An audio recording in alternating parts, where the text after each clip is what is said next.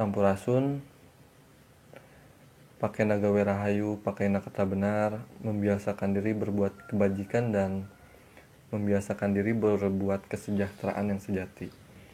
Sebab dengan itulah kejayaan dan kesejahteraan sosial lahir dan batin dapat dicapai. Dengan meneguhkan batas-batas kebenaran dan selalu menguatkan segenap niat baik kesejahteraan dunia, akan menyebabkan kesentosaan jagat raya. Karena setiap manusia berbuat kebajikan itulah salah satu prinsip dalam Pikuku Sunda. Cara dan ciri hidup manusia Sunda yang syarat nilai kemanusiaan dan kebersamaan, serta sangat universal atau berlaku umum artinya. Kalimat dalam nasihat tersebut membuat saya tertegun dan merenung. Seperti sebuah teori biasa, memang terdengar simpel, sederhana, namun sangat tidak mudah dipraktekkan apalagi zaman sekarang.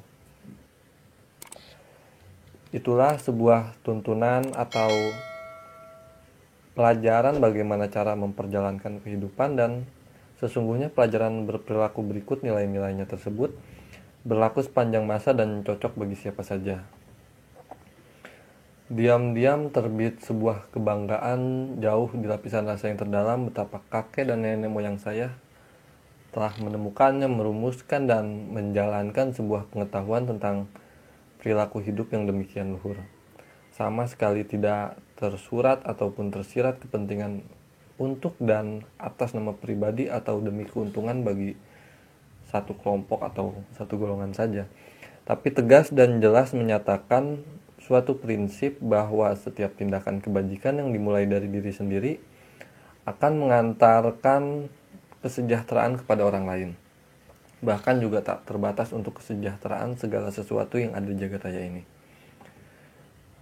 Ini adalah sebuah tatanan universal dalam universalitas yang multiversal.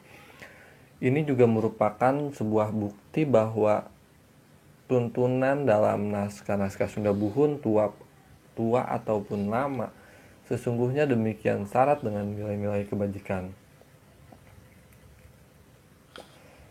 Di samping itu juga pengetahuan tentang kesemestaan pun disampaikan dengan terbuka jelas, tidak ada yang tersembunyi serta tak ada yang sengaja disembunyikan, bahwa pengetahuan luhur tentang kehidupan tersebut memang diperuntukkan bagi segenap umat manusia.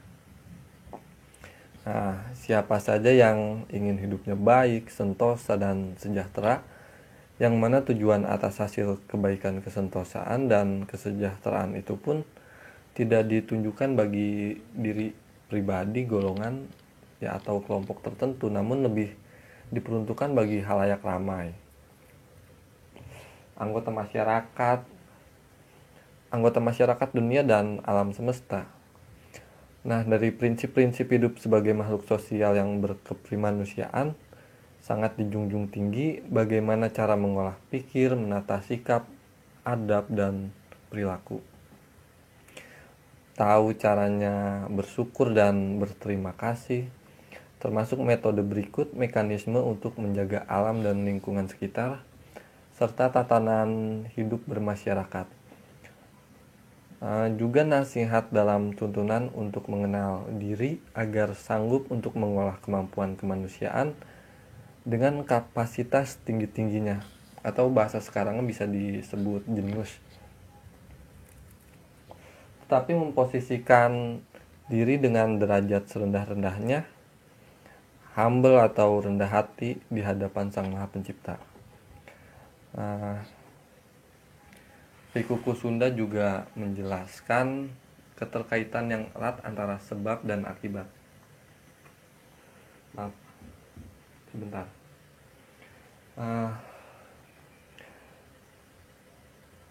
Bagaimana hukum tersebut ditegakkan sendiri oleh alam semesta atau hukum kausalitas. Setiap pribadi diajarkan untuk memahami hukum alam yang dijaga sendiri keteraturannya oleh Sang Maha Pencipta. Semua penuturan itu rasional dan masuk akal. Jadi semakin saya memasuki pengetahuan itu, sebetulnya saya terkesima Rupanya Pikuku Sunda menyediakan ruang yang sangat luas, lebar, tinggi sekaligus dalam. Sebuah ruang yang hangat dan terang benderang, ramah menyambut siapa saja yang mau belajar untuk menjadi manusia paripurna. Manusia paripurna yang tahu artinya etika, memiliki adab-adab hidup, dan mencapai perilaku yang berbudi pekerti. Pikuku Sunda adalah kesemestaan hidup yang dengan gamblang menerangkan keterkaitan setiap elemen kehidupan dengan yang lainnya. Atau seperti apa keterkaitan dan keterhubungan manusia dengan seluruh elemen itu. Serta bagaimana cara hukum alam memutarkan pola relasinya dengan sangat indah dan teratur. Sekali lagi, metode dan mekanisme yang dituturkan dalam Pikuku Sunda ini merupakan satu hal yang logis, rasional, dan masuk akal menurut saya.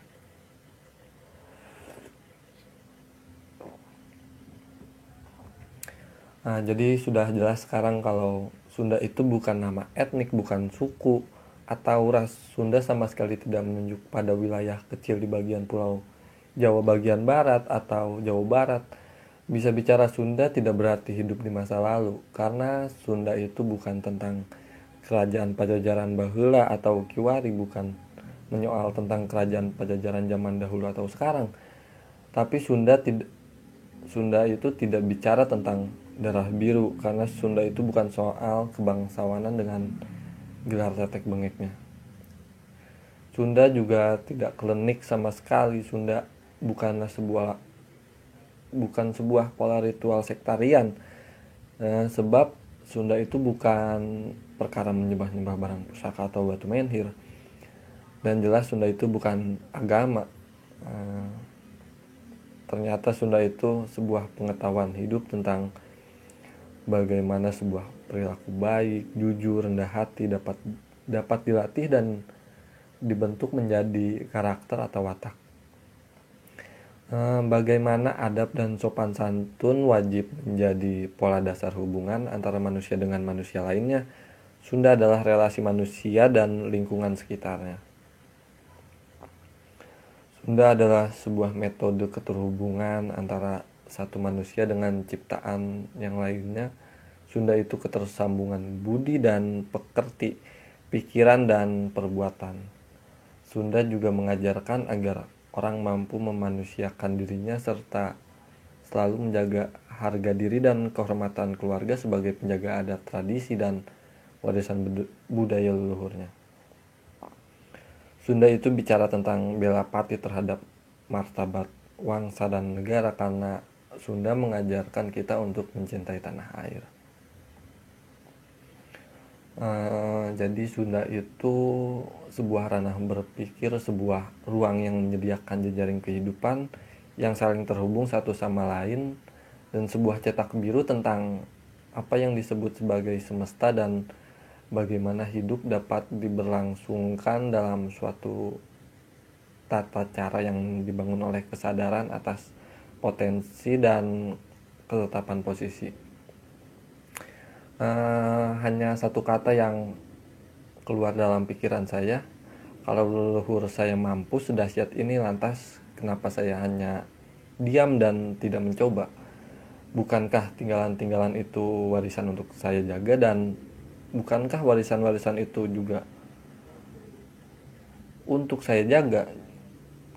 Kalau saya mau belajar dan bisa menapaki jejak kedahsyatannya, sedikitnya saya akan memiliki pengetahuan tentang siapa dan bagaimana leluhur saya berkehidupan.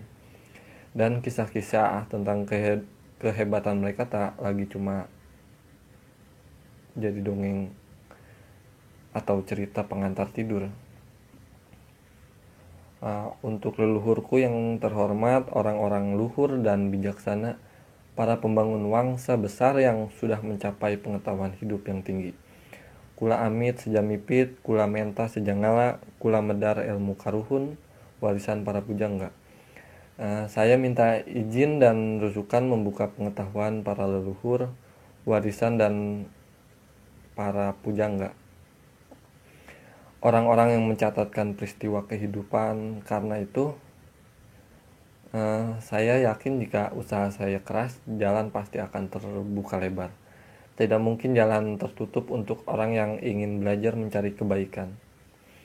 Tapak itu mustahil dihalang-halangi bila jejak itu disusuri oleh orang yang mencari jawaban. Bukankah hukum sebab akibat itu benar dan bergulir sebagai sebuah kenyataan?